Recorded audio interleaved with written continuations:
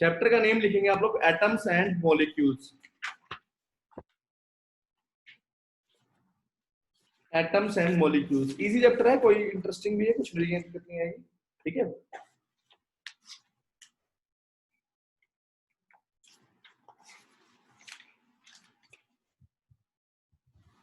इस चैप्टर को पढ़ने के लिए बेटा देखो, स्टार्टिंग में पहले हम लोग सबसे पहले पढ़ते हैं चैप्टर में लॉ ऑफ केमिकल कॉम्बिनेशन, ठीक है।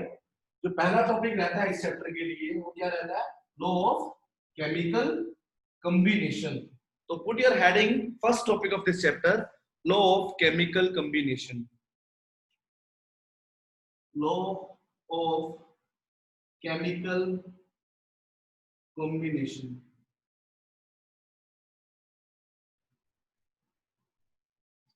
ठीक है बेटा, law of chemical combination, right. तो ये क्या था, ये दो लॉ थे बेटा, इसलिए इसको बोला गया केमिकल इक्वेशन के ऊपर दो लॉ बनाए गए थे और दोनों को एक साथ बोल देते हैं लॉ ऑफ केमिकल कॉम्बिनेशन। दो लॉ हो गए ना, उसको कंबाइन करके बोल दिया हमने लॉ ऑफ केमिकल कॉम्बिनेशन, ठीक है। ठीक है, किसने बनाए थे ये लॉ, कौन कौन से दो लॉ थे, तो दो लॉ थे बेटा ये। पहला लॉ था law of conservation of mass और सेकंड लॉ था बेटा लॉ ऑफ कांस्टेंट प्रोपोर्शन। दो लॉ जो है लॉ ऑफ कॉम्बिनेशन में आते हैं वो कौन कौन से है बेटा, law of conservation of mass and second law आता है बेटा लॉ ऑफ कांस्टेंट प्रोपोर्शन। ये दो लॉ स्टडी करना है। इस law of chemical combination is the combination of two laws. पहला लॉ है बेटा law of conservation of mass, right,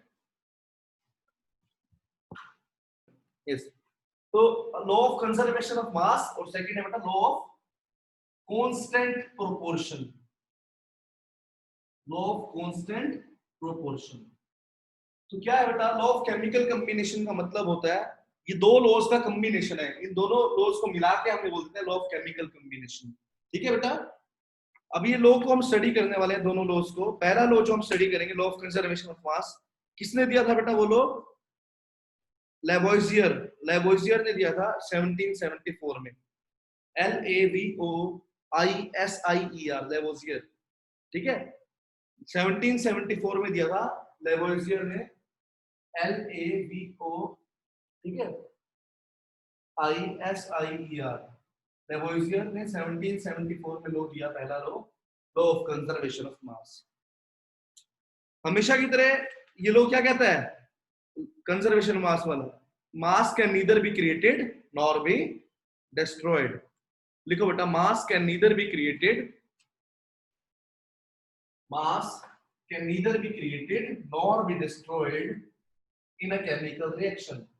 तो किसी भी केमिकल रिएक्शन में ना ही कभी कोई मास क्रिएट होता है ना ही मास डिस्ट्रॉय होता है। Mass can neither be created nor be destroyed in a chemical reaction. समझ आ गई, in a chemical reaction mass can neither be created nor be destroyed.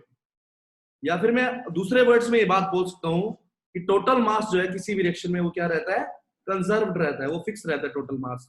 ऐसा हो सकता है कि मान लो ए और बी रिएक्ट करके सी बना दिया, मान लो, ठीक है, ए मान लो 10 था और सी प्लस 3 बना दिया और ये था 5, अब ये बन गया 7 और ये हो गया, लेकिन टोटल जो मास रहने वाला है बेटा वो कितना रह रहा है, हमेशा 15 ही रहा ना। तो इसका मतलब मास, जो टोटल मास रहता है किसी भी रिएक्शन में वो क्या रहता है, कंजर्व्ड रहता है बेटा। Write down, in a reaction total mass remains conserved.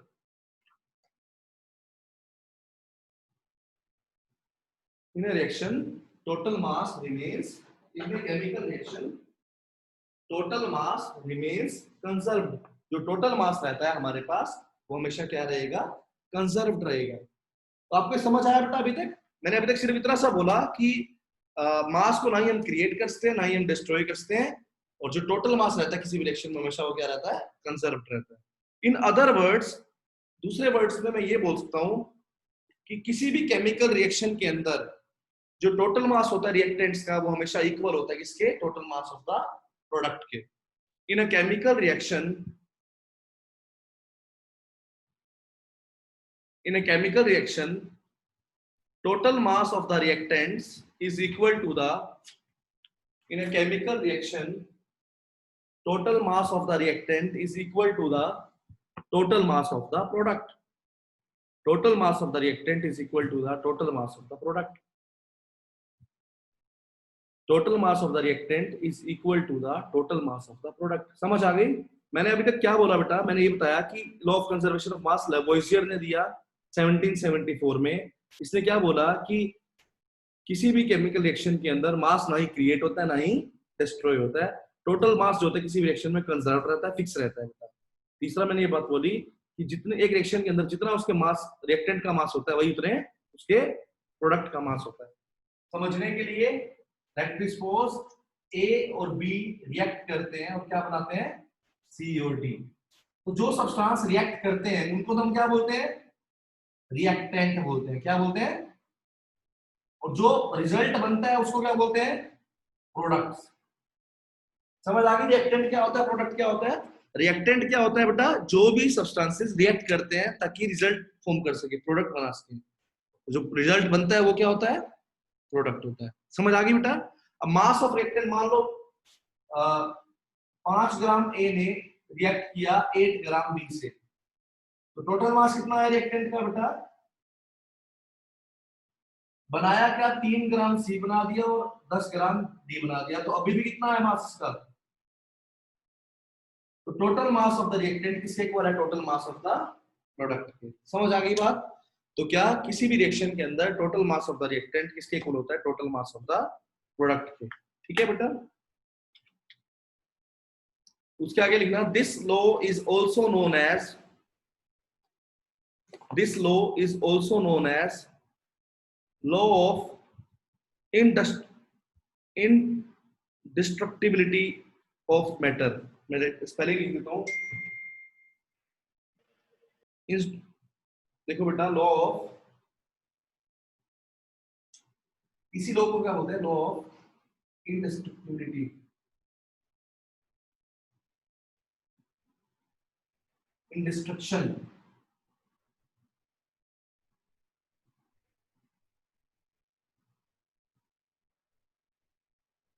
Of matter. मतलब मैटर कभी डिस्ट्रॉय नहीं होता है. इंडिस्ट्रक्शन का मतलब होता है डिस्ट्रॉय हो जाना. मैटर कभी भी डिस्ट्रॉय नहीं होता. इसका मतलब ये है law of indestructibility of matter. मतलब मैटर कभी भी डिस्ट्रॉय नहीं होता. ठीक है बेटा? लेकिन एक्सेप्शन है इस लॉ का भी. कभी आपको पता है मैटर कन्वर्ट होता है किसी चीज में? आपने न्यूक्लियर फ्यूजन रिएक्शन सुनी होगी. न्यूक्लियर फ्यूजन रिएक्शन, उसमें क्या होता है? एटम बॉम्ब या जो न्यूक्लियर बॉम्ब होते हैं उसके अंदर क्या होता है? जो न्यूक्लियर पावर प्लांट होते हैं उसमें क्या होता है बेटा? यूरेनियम यूज होता है और किसमें कन्वर्ट हो जाता है? वो एनर्जी में कन्वर्ट होता है बेटा. तो वहां पर क्या है? मैटर यूज हो गया, यूरेनियम यूज हो रहा है और किसमें कन्वर्ट हो रहा है? वो एनर्जी में कन्वर्ट हो रहा है. तो मतलब मैटर किसमें कन्वर्ट हो सकता है? एनर्जी में कन्वर्ट हो सकता है. ठीक है? ये एक्सेप्शन है. इस लॉ का एक्सेप्शन है. कहां पर? न्यूक्लियर रिएक्शंस के अंदर ये लॉ वेरीफाई नहीं होता. लिख लीजिए, in nuclear reaction this law is not verified.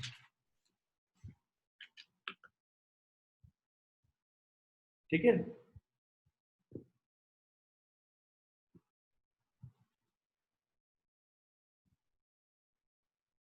In nuclear reactions this law is not verified. समझ आ गया बेटा? अब एग्जांपल सीखेंगे हम to illustrate the law of conservation of mass. Example to illustrate it. Example सीखेंगे हम. ठीक है? आपने क्या किया? कैल्शियम कार्बोनेट लिया. कितना बेटा? 100 ग्राम कैल्शियम कार्बोनेट लिया. उसको आपने हीट किया. ठीक है? कैल्शियम कार्बोनेट को जब हम हीट करते हैं ना तो दो चीजें बनती हैं बेटा. कैल्शियम कार्बोनेट को हीट करने से क्या बनता है? ऑन हीटिंग कैल्शियम कार्बोनेट को हीट करने से क्या बनता है बेटा? एक तो बनता है कैल्शियम ऑक्साइड और क्या बनता है साथ में? Carbon dioxide gas.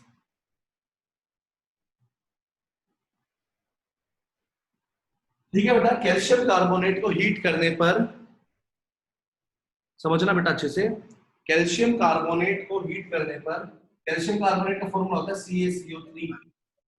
On heating, चलो, तो कैल्शियम कार्बोनेट को हीट करने पर, ये हीट का साइन होता है बेटा, क्या बनता है? Calcium oxide plus carbon dioxide. ये अभी रिएक्शन वैसे याद नहीं करनी, मैं समझाने के लिए लिखी है रिएक्शन एक मिनट. ठीक है? हमने क्या किया बेटा, 100 ग्राम कैल्शियम कार्बोनेट को हीट किया, क्या बनता है बेटा, 56 ग्राम तो बना कैल्शियम ऑक्साइड और 44 ग्राम क्या निकली बेटा, कार्बन डाइऑक्साइड गैस निकल गई। 44 ग्राम कार्बन डाइऑक्साइड गैस निकल गई। तो अब वेरीफाई करो बेटा, मास ऑफ द रिएक्टेंट क्या आएगा, total mass of the reactant क्या आएगा बेटा, रिएक्टेंट का मास कितना है, रिएक्टेंट का मास 100 है। टोटल मास ऑफ प्रोडक्ट क्या आएगा बेटा, प्रोडक्ट का 56 प्लस में 44, यही बने ना दोनों, ये भी कितना आया 100 आ गया। तो total mass of the reactant किसके इक्वल आया, total mass of the product के। तो इसका मतलब ये हुआ कि लॉ ऑफ कंजर्वेशन ऑफ मास क्या हुआ, वेरीफाई हुआ है। ठीक है, समझ आया नहीं आया, ठीक है। तो यहाँ पर क्या हुआ, लॉ ऑफ कंजर्वेशन ऑफ मास क्या होता है, वेरीफाई होता है। ठीक है बेटा,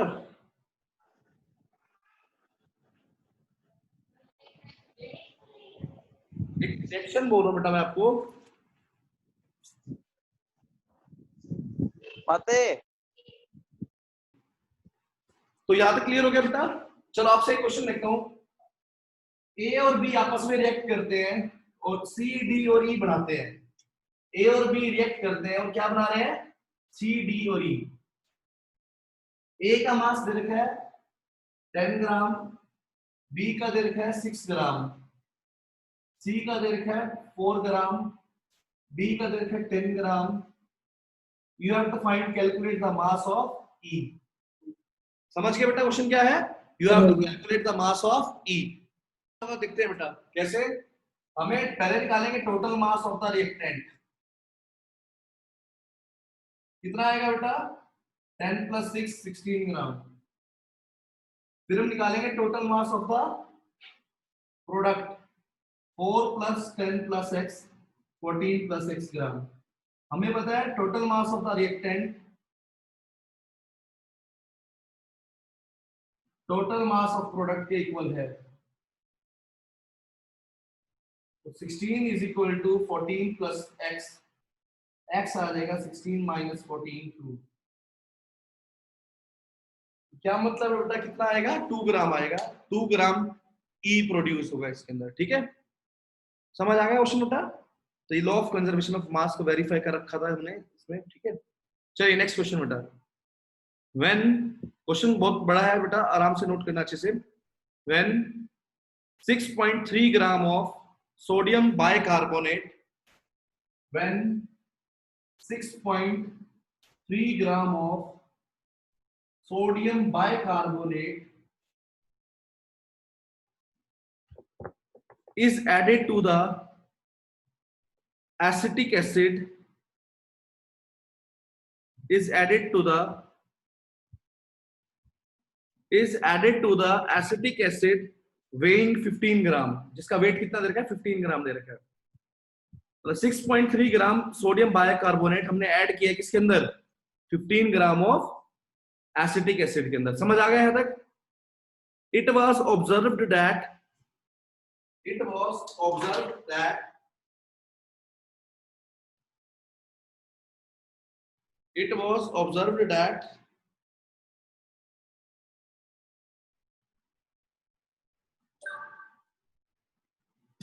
ठीक है, it was observed that, ये ऑब्जर्व किया गया 3.3 gram of carbon dioxide is released, 3.3 gram of carbon dioxide is released into the atmosphere।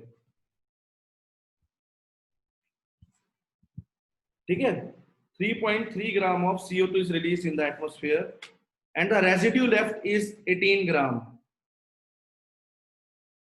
and the residue left is 18 gram। हो गया बेटा क्वेश्चन याद रखो, residue left is 18 gram। show that these results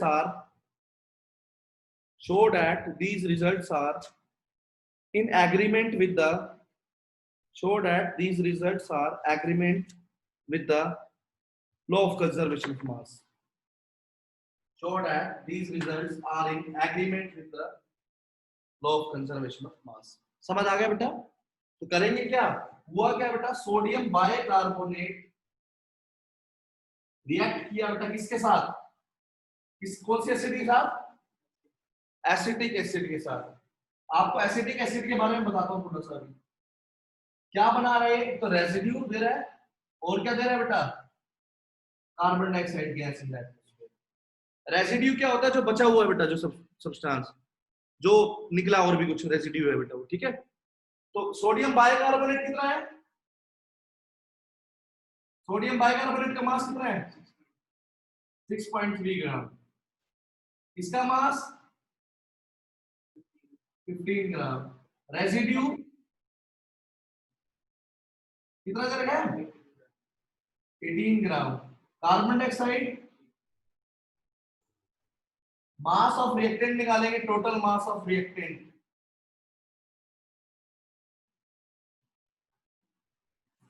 6.3 plus में 15 कितना आ जाएगा,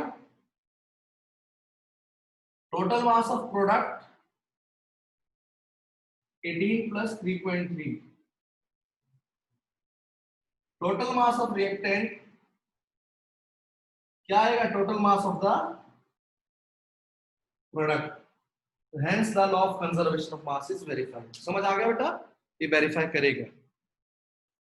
total mass of the reactant equals to total mass of the product, hence the law is verified. What mass of silver nitrate, what mass of silver nitrate will react with, what mass of silver nitrate will react with 5.85 gram of, what mass of silver nitrate will react with 5.85 gram of sodium chloride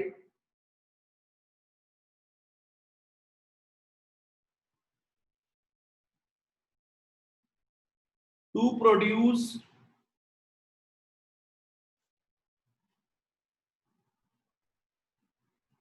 14.35 gram of silver chloride to produce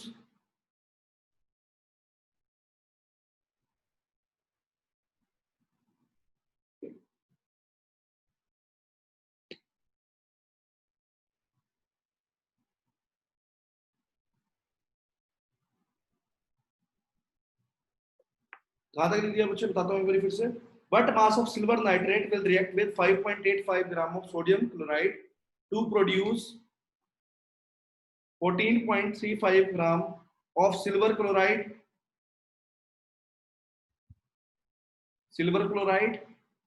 and 8.5 gram of sodium nitrate and 8.5 gram of silver nitrate, sorry, sodium nitrate.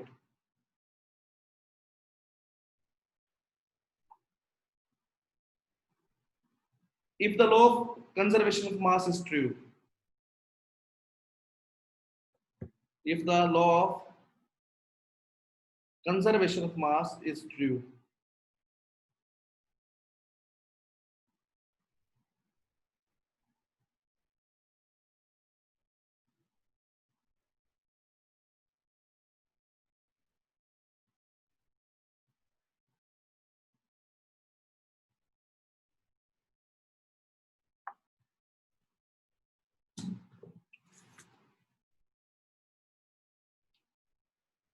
मैं आपको सिर्फ reaction बता रहा हूँ कि reaction क्या है इसके अंदर। रिएक्शन क्या है बेटा, सॉरी ये है सिल्वर नाइट्रेट जो है रिएक्ट कर रहा है किससे, सोडियम क्लोराइड से।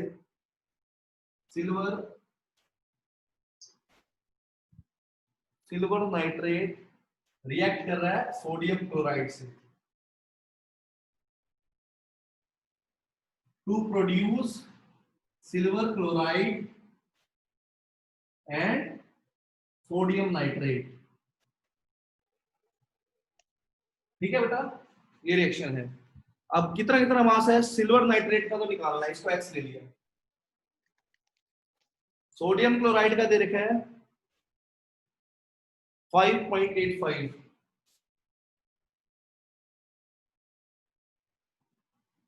सिल्वर क्लोराइड का दे रखा है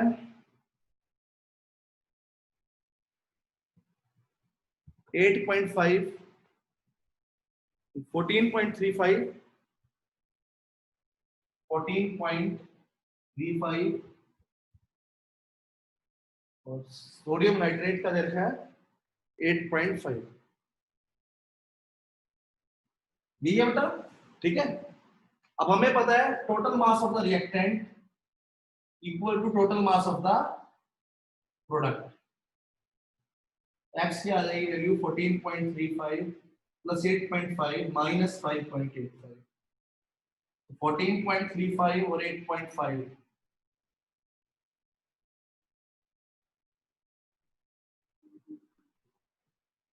22.85 माइनस 5.85 007 कितना आएगा 17 ग्राम आपको सिल्वर नाइट्रेट लेना पड़ेगा, ठीक है बेटा। सेकेंड हेडिंग डालेंगे लॉ ऑफ कांस्टेंट प्रोपोर्शन।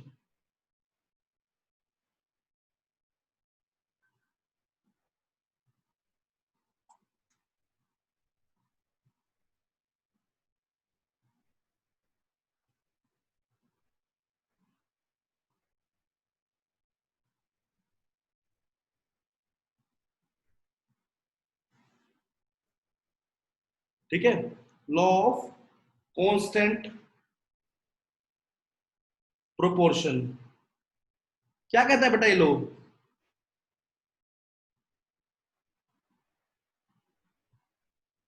किसने दिया था ये लॉ? दिया था 1799 में प्राउस्ट, PROUST। 1799 में प्राउस्ट ने दिया, PROUST, Proust, law of constant proportion.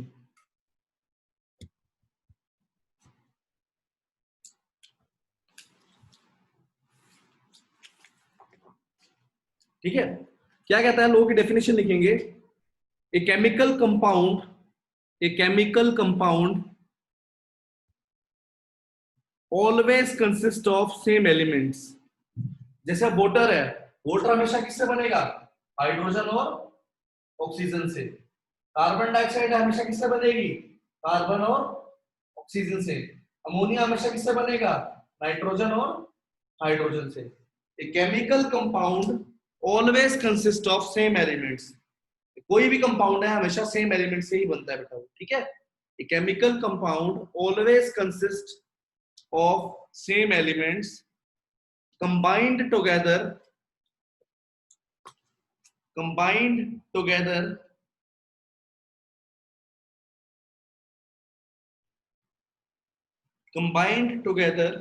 in fixed proportion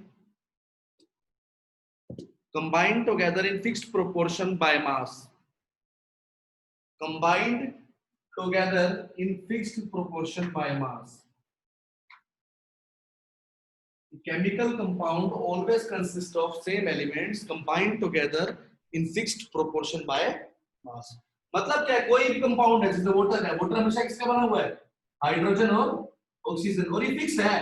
water बनाने के लिए पता क्या होता है, अगर 1 ग्राम हाइड्रोजन होगी तो कितने ग्राम ऑक्सीजन लेनी पड़ेगी? 8 ग्राम ऑक्सीजन लेनी पड़ेगी। मतलब इनकी मास की रेशियो क्या है? फिक्स है बेटा हमेशा। मतलब समझ गए ना बेटा कि कोई भी कंपाउंड है वो हमेशा सेम एलिमेंट से बनता है और कंबाइन होता है सेम रेशियो में, हमेशा कंबाइन होता है बाय मास की सेम रेशियो में हमेशा कंबाइन होगा। अब कार्बन डाइऑक्साइड बनाना है ना, फिक्स है कि 3 ग्राम कार्बन लेनी है तो 8 ग्राम हमें क्या चाहिए? ऑक्सीजन से कंबाइन करना पड़ेगा 3 ग्राम कार्बन, तब जाके बेटा हमारे पास क्या बनता है? वो बनती है कार्बन डाइऑक्साइड बनती है, ठीक है। तो यहाँ पर फिक्स है ना बेटा। तो कहने का मतलब यह है कि कोई भी केमिकल कंपाउंड है वो हमेशा सेम एलिमेंट से बनता है और combine together in fix ratio, same ratio में हमेशा क्या होता है? कंबाइन करता है मास की। अब इस लॉ को समझने से पहले आपको कुछ एलिमेंट्स के मास याद करने हैं। कुछ एलिमेंट्स के मास याद करने हैं, उसको बोलते हैं एटॉमिक मास। लिख लो हेडिंग डालो कि atomic mass of some elements. Atomic mass of some elements.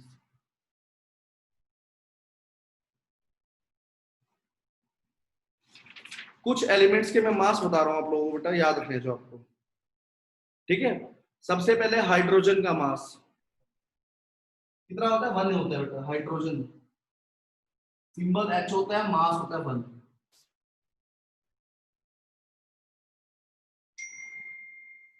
One के बाद आप याद रखना कार्बन का याद कर लेना।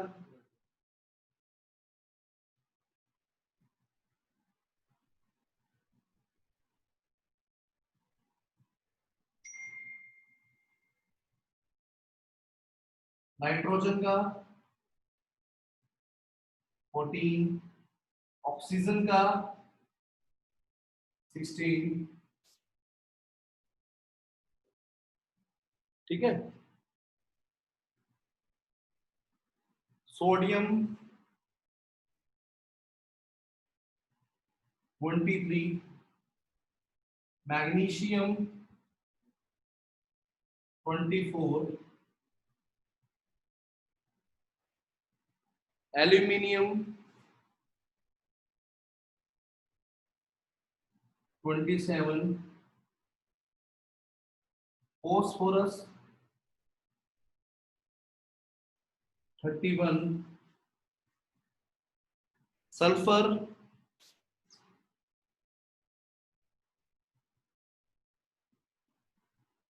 32, chlorine 35.5, potassium 39, calcium 40, iron 56, copper 63.5, zinc 65, silver 108। एक बार नोट कर लीजिए, इन सभी को याद करना है बेटा आपको धीरे धीरे, इनके मासेस को लर्न करना पड़ेगा।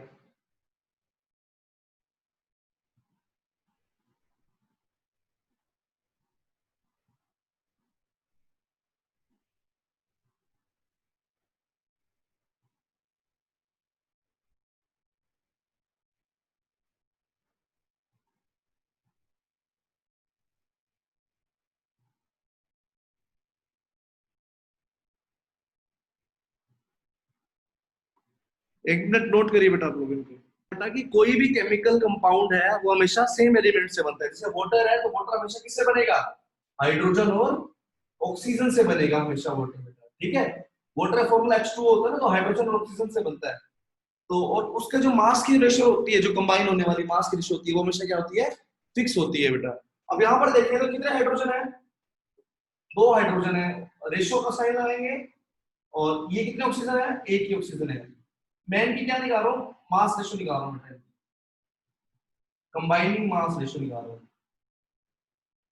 तो किस रेशियो में? मास रेशियो में कंबाइन होते हैं बेटा, ठीक है। 2 हाइड्रोजन है और एक क्या है बेटा? ऑक्सीजन है। एक हाइड्रोजन का मास कितना होता है? 1। एक हाइड्रोजन का मास कितना होता है? 1। अभी टेबल बनाइए, उसमें देख लेना बेटा। तो 2 का कितना हो जाएगा? 2 इंटू 1 हो जाएगा ना, 2 हो जाएगा। ऑक्सीजन का एक का मास 16, 2:16 क्या आ जाएगा बेटा? 1:। ये समझ आया नहीं आया? तो मतलब कभी भी आप वोटर बनाएंगे, वोटर वोटर जो होता है वो हमेशा कैसे बनता है? 1:8, जब मास की रेशियो कंबाइन करती है उनके, जब फॉर्म होता है, ठीक है बेटा। मतलब 1 ग्राम तो हाइड्रोजन और 8 ग्राम ऑक्सीजन इस रेशियो में कंबाइन होना चाहिए अगर वोटर बनाना है। समझ आ गई ना बेटा? जैसे आप एक और क्वेश्चन देता हूं मैं, कार्बन डाइऑक्साइड की रेशियो निकाल रहा हूं मैं, ये नोट कर दिया क्या? नोट कर दीजिए बेटा, नोट कर लीजिए एक बार ये।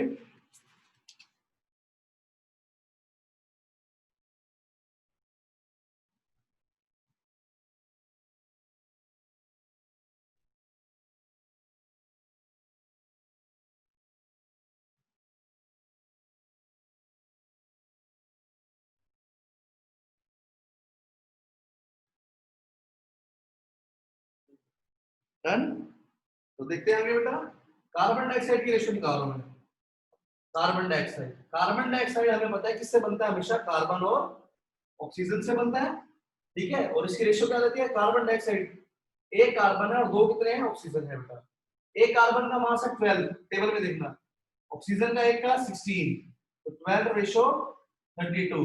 किस टेबल में कट हो रहे हैं दोनों, 4 की टेबल में, 4 3 जा 12 और 8 जा 32। क्या रेशो है बेटा, मतलब कार्बन डाइऑक्साइड जो है हमेशा कार्बन और ऑक्सीजन से बनता है, और which combines in always in fixed ratio of mass, that is 3:8। तो कार्बन डाइऑक्साइड जब भी बनेगा तो 3:8 में ही ये कंबाइन होंगे कार्बन और ऑक्सीजन का। समझ आ गया। अमोनिया का निकालते हैं, अमोनिया होता है NH3, NH3 होता है अमोनिया। अमोनिया हमेशा बनता है N और H से, 3 H और 1 N। नाइट्रोजन का मास 14, इसका बेटा 3 × 1 3, तो क्या आएगा 14:। समझ आ गया बेटा। तो क्या क्वेश्चन बनता है, ये पेपर में आता है कि what do you mean by law of constant proportion. इसका मतलब ये होता है कि कोई भी केमिकल कंपाउंड है वो हमेशा सेम एलिमेंट से बनता है, which combines in fix ratio by mass. ठीक है, जो फिक्स रेशियो में कंबाइन करते हैं मास। समझ आ गया बेटा। ठीक है, यहां तक हम लोगों ने आज की क्लास में इतना ही करना है। दोनों लॉ हमारे कंप्लीट हो गए हैं बेटा। ठीक है, कल इसके आगे डेल्टन्स थ्योरी हम लोग स्टडी करेंगे बेटा आगे। ठीक है, थोड़ा सा चैप्टर थ्योरेटिकल है स्टार्टिंग वाला, बस 1-2 दिन, उसके बाद सारा आगे बहुत ही इंपॉर्टेंट चैप्टर है, बहुत ज्यादा इंपॉर्टेंट चैप्टर है। मतलब जो आगे 11th क्लास में एज इट इज आएगा ये चैप्टर बेटा, एज इट इज, मतलब यूं का यूं आएगा, बल्कि एडवांस आ जाएगा बस इसका। ये सब चीजें आप 11th क्लास में फिर से पढ़ोगे बेटा। ठीक है, तो आपने अच्छे से ध्यान रखना है चैप्टर करते हुए, बहुत इंपॉर्टेंट है। ठीक है, तो अभी मैथ्स की क्लास लूंगा 1 मिनट के बाद।